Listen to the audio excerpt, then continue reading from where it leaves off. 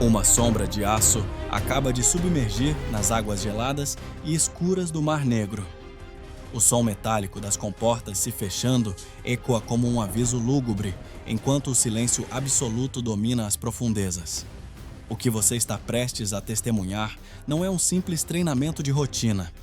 É uma demonstração de força bruta que faz estremecer os radares da Organização do Tratado do Atlântico Norte.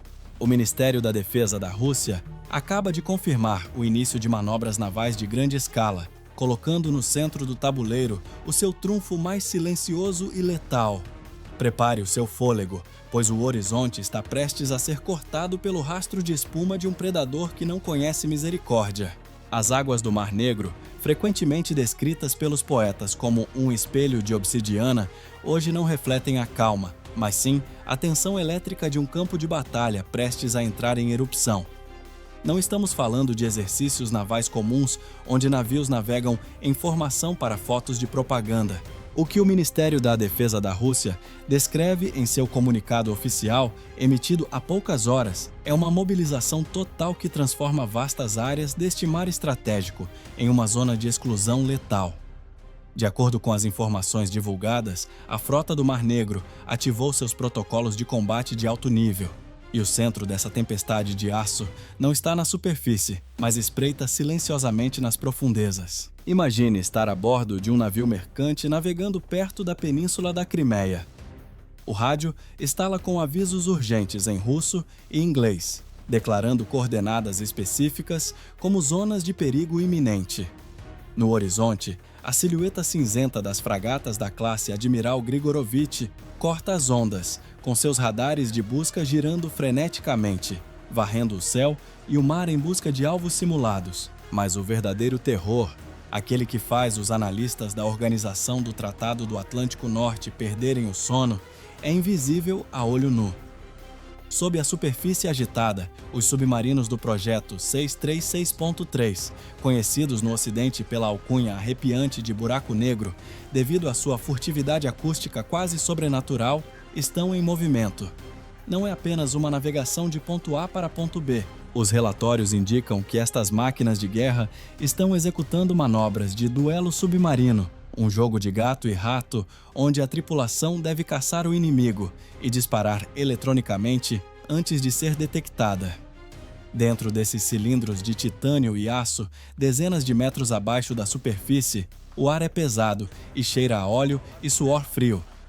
O silêncio é a única religião permitida. Um marinheiro deixa cair uma chave inglesa no convés de metal e o som reverbera como um tiro de canhão nos sonares passivos inimigos.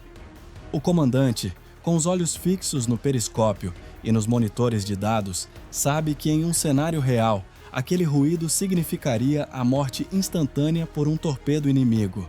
Enquanto isso, acima das nuvens, a atmosfera é igualmente sufocante. Aeronaves de patrulha marítima, P-8 Poseidon e drones de vigilância. Global Hawk, operados pelas forças aliadas, desenham círculos invisíveis no céu, monitorando cada frequência eletrônica emitida pela frota russa. Seus sensores tentam desesperadamente penetrar a camada de água para localizar os submarinos classe Kilo. É um jogo de xadrez tridimensional onde cada movimento é calculado em milissegundos. O comunicado russo detalha que os exercícios incluem o disparo simulado de mísseis de cruzeiro Kalibr contra alvos costeiros e marítimos. Para os operadores de radar nos países vizinhos, cada vez que uma escotilha de míssil se abre nesses exercícios, há um momento de pânico contido. Será apenas um teste ou o início de algo irreversível. A realidade no convés dos navios russos é de uma coreografia brutal. Marinheiros com capacetes e coletes à prova de balas correm para suas posições de combate, ao som de sirenes estridentes. Os canhões automáticos giram, travando em alvos aéreos simulados, enquanto o mar ao redor espuma com as ondas de choque das cargas de profundidade lançadas para cegar sonares inimigos. Não há espaço para erro. O Mar Negro, um corredor vital para o comércio de grãos e energia, tornou-se nas últimas 12 horas um palco fechado onde a Rússia demonstra que, apesar dos conflitos terrestres, sua capacidade de projetar poder naval permanece uma ameaça credível e presente. A mensagem enviada por Moscou através destes exercícios não precisa de tradução diplomática. Eles controlam estas águas e qualquer um que entre sem convite está navegando na mira de um buraco negro.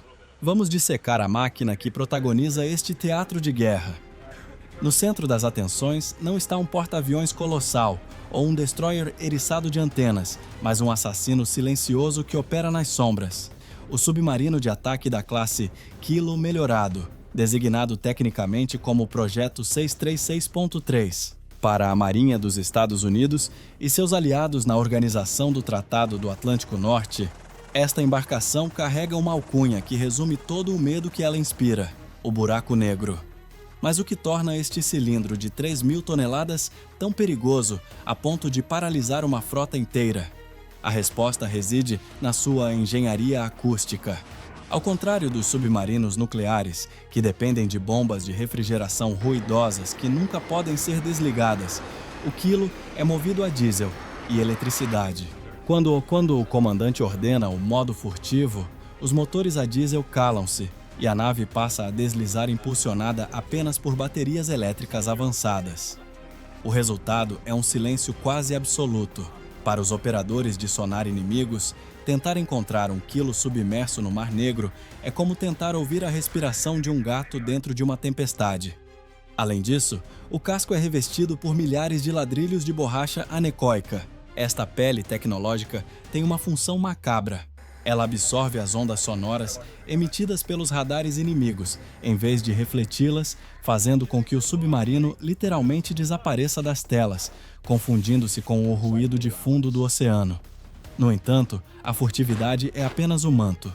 A espada é o sistema de mísseis calibre PL.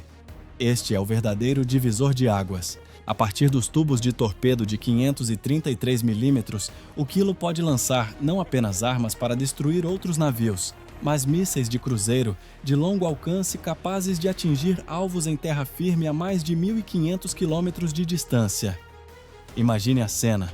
O submarino está submerso em segurança no meio do Mar Negro, mas seus mísseis podem atingir com precisão cirúrgica um posto de comando, um bunker ou uma base aérea muito além da costa. O míssil sai da água, descarta o propulsor subaquático, acende seu motor a jato e voa a velocidades subsônicas, abraçando o terreno para evitar o radar, antes de acelerar para 3 vezes a velocidade do som na fase final do impacto. Mas nem mesmo esta besta de aço é invencível. Ela possui um calcanhar de Aquiles crítico: a necessidade de respirar. Sendo um submarino diesel elétrico e não nuclear, ele não pode ficar submerso indefinidamente. Periodicamente, ele deve subir a profundidade de periscópio e estender um tubo chamado snorkel para sugar ar e recarregar suas baterias usando os geradores a diesel. Este é o momento de vulnerabilidade mortal. Durante essas poucas horas, o buraco negro torna-se visível aos radares de busca de aeronaves como o P-8 Poseidon. O calor dos motores a diesel cria uma assinatura infravermelha que brilha como uma fogueira no meio do mar frio para os sensores de satélite. Portanto, o jogo de gato e rato que está acontecendo agora no Mar Negro baseia-se inteiramente na gestão de energia. O comandante russo deve calcular cada quilowatt de bateria gasto. Se ele for agressivo demais e esgotar sua energia fugindo de um caçador, ele será forçado a vir à tona, transformando o predador em uma presa fácil. É essa tensão entre a invisibilidade letal e a necessidade biológica de oxigênio que define a doutrina de combate desta máquina. No xadrez naval do Mar Negro, o Kilo é a rainha. Poderosa, capaz de atacar em qualquer direção, mas que, se for encurralada, pode ser retirada do tabuleiro com um único movimento preciso. Vamos entrar agora na sala de comando, onde o ar é condicionado e as decisões carregam o peso de vidas humanas.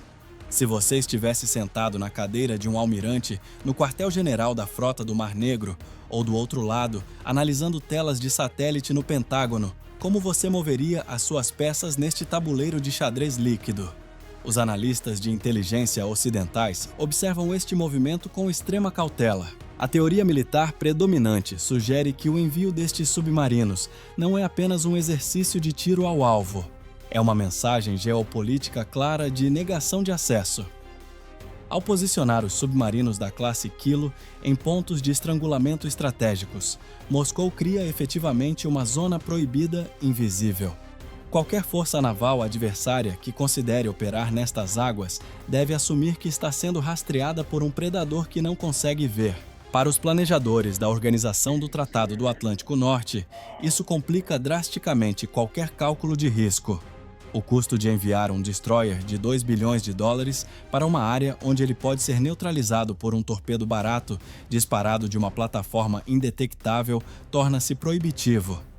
Além disso, estrategistas apontam para uma jogada de projeção de poder que vai muito além das margens do Mar Negro. Com o alcance de mais de 2.000 quilômetros dos mísseis Calibre, um submarino submerso perto de Sebastopol pode, teoricamente, atingir alvos no Mediterrâneo ou no Oriente Médio.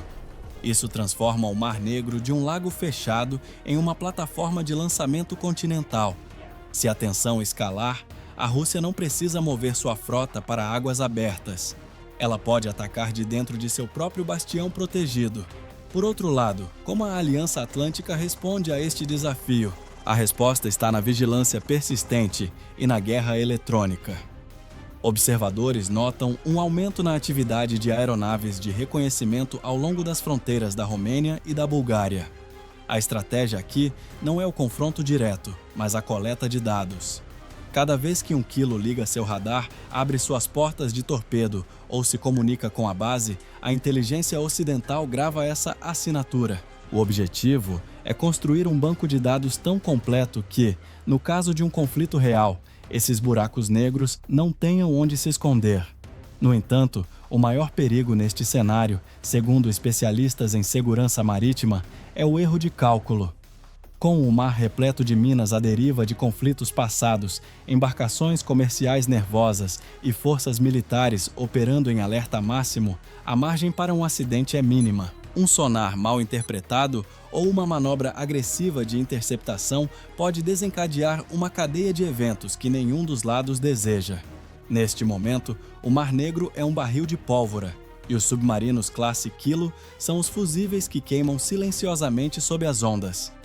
A pergunta que paira sobre a sala de guerra não é se eles têm a capacidade de atacar, mas quão perto os comandantes estão dispostos a chegar do limite antes que alguém pisque. Quando a fumaça dos motores a diesel se dissipar e as ondas do Mar Negro voltarem ao seu ritmo natural, o silêncio que restará não será de paz, mas de uma expectativa tensa. O que testemunhamos nas últimas horas não foi apenas um exercício militar, foi a demarcação de uma fronteira invisível. A Rússia provou que, mesmo sem disparar um único tiro de guerra, a mera presença dos seus submarinos buraco negro é suficiente para alterar a temperatura geopolítica de toda uma região. Para os estrategistas em Washington e Bruxelas, a lição é clara e alarmante. O domínio dos mares já não se garante apenas com a tonelagem visível na superfície, mas com o que se esconde nas sombras abissais. O Mar Negro transformou-se num tabuleiro, onde cada movimento é uma aposta de alto risco.